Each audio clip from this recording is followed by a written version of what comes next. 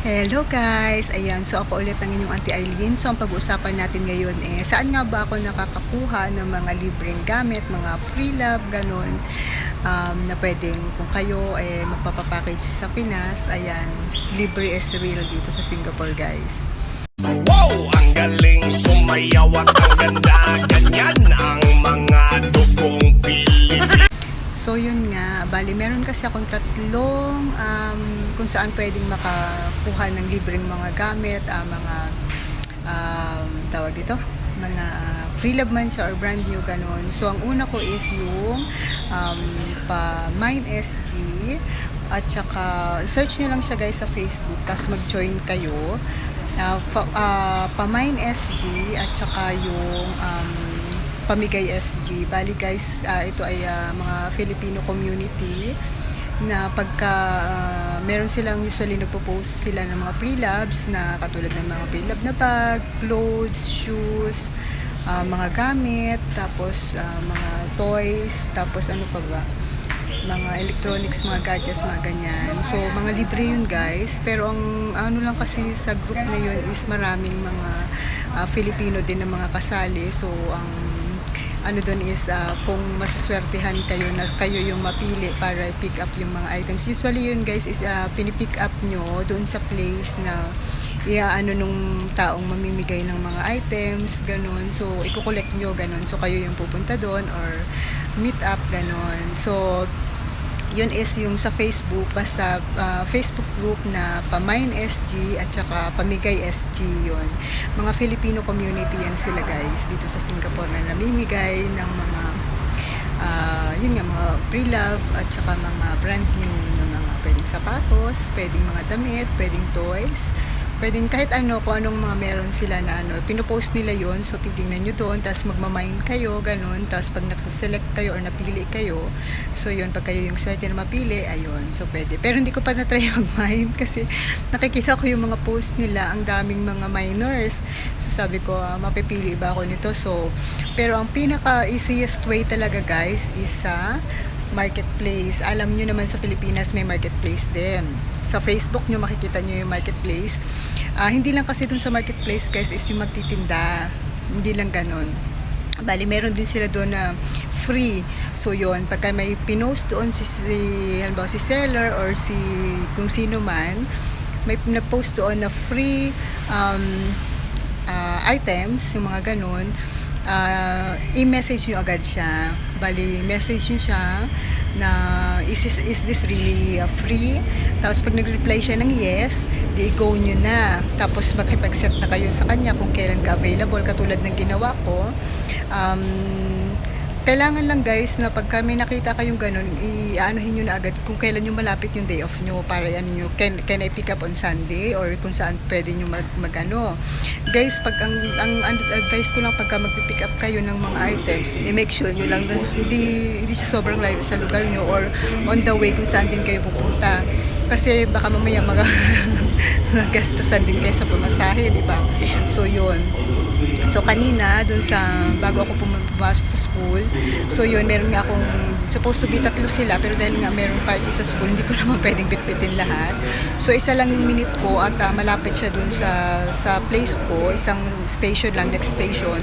So, sa MRT station kami nag-meet up. So, yun guys, sobrang bait niya talaga. So, yun. Ipapakita ko sa inyo kung ano yung nakolek ko. Ito guys, libre. So, bali, gumastos lang ako sa MRT card ko ng $1. So, ang katumbas nito ay 41 pesos. Kasi guys, nagpaplano na ako mag-ipon-ipon pa konti-konti ng mga items ko kasi usually sa clothes talaga ako guys kasi bala ko kasi pag uwi ng Pinas kumbaga i-storage ko lang siya kasi may pwedeng mag-storage sa Lucky Plaza ng mga package mo, tapos pag napuno na siya ipapadala ko sa Pinas at mag-uukay-ukay ako guys. So alam naman natin ukay-ukay sa Pinas is uso at yun, mas maganda na pag uwi mo ng Pinas may negosyo ka, ganun. Kasi naisip ko din ako, halimbawa kung konti lang ang maipon ko ng mga ukay-ukay, okay lang kasi pwede naman dagdagan sa Manila, pwede naman, kaso nga lang yung shipping din ng galing Manila papuntang province medyo mahal din. So kung galing dito, so titingnan ko kung saan ako na makakamura. Kaya nga pagka meron kayong i-meet up na bibilhin nyo yung na libre na items, make sure nyo lang din na hindi kayo magagastusan sa pamasahe. Kaya ano yun. So, ipapakita ko sa inyo guys yung na-collect ko ngayon. Libre to guys.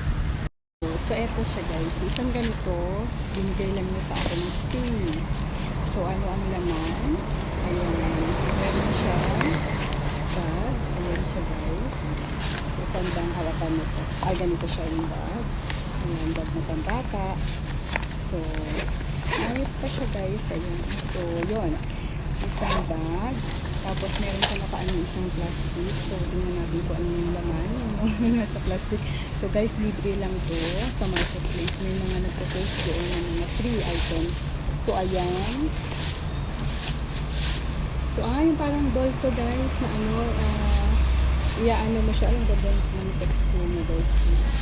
Bola na malaki to na ano, tapos may hawakan dito. Pero gagalan-galan mo siya. So, yun. Tapos, ano pa ba? Ayun, meron pa siyang isa ulit. Ano, bola din to. Ayan yung mga malaki. So, yun.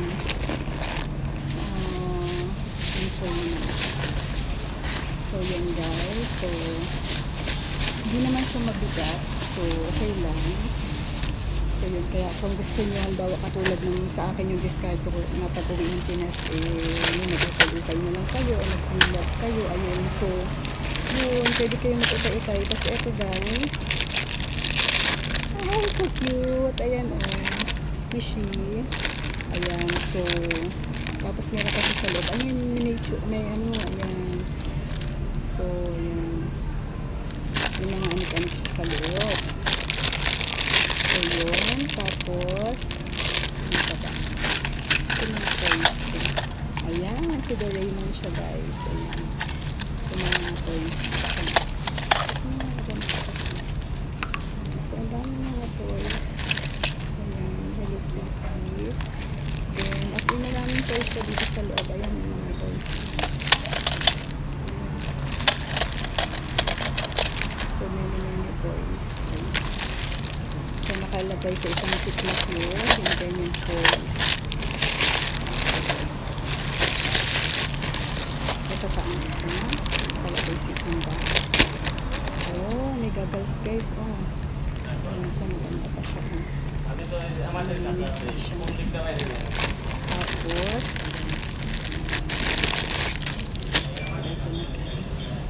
may mask siya nakasama. Tapos, ayan, yung pang ano. Ayan. Tapos, ayan siya guys. Super cute.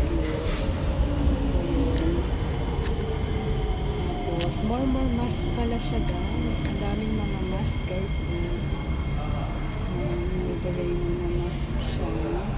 Ayan, may SG mask pa siya. May logo ni SG. Ayan, so more mask. Tapos meron pa siyang ayan, Frozen. Tapos, ito. Ayan, pang yata to guys. Ang swimming. Ayan, so.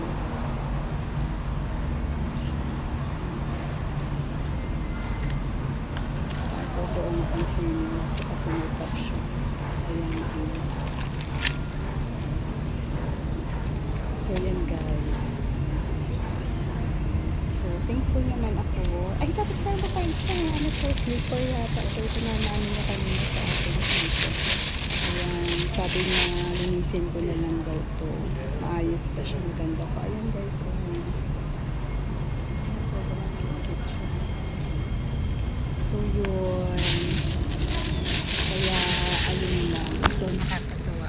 So, marami doon sa marketplace na mga nag-o-offer ng mga libreng mga items, mga free lang siya guys. So, try nyo rin. So, yan para konti-konti, makakaipon kayo ng pampapackage kung ano man plano nyo gawin sa Pinas. Or ang ako kasi is magplano ko mag-ukay-ukay. So, yun. Yun lang guys.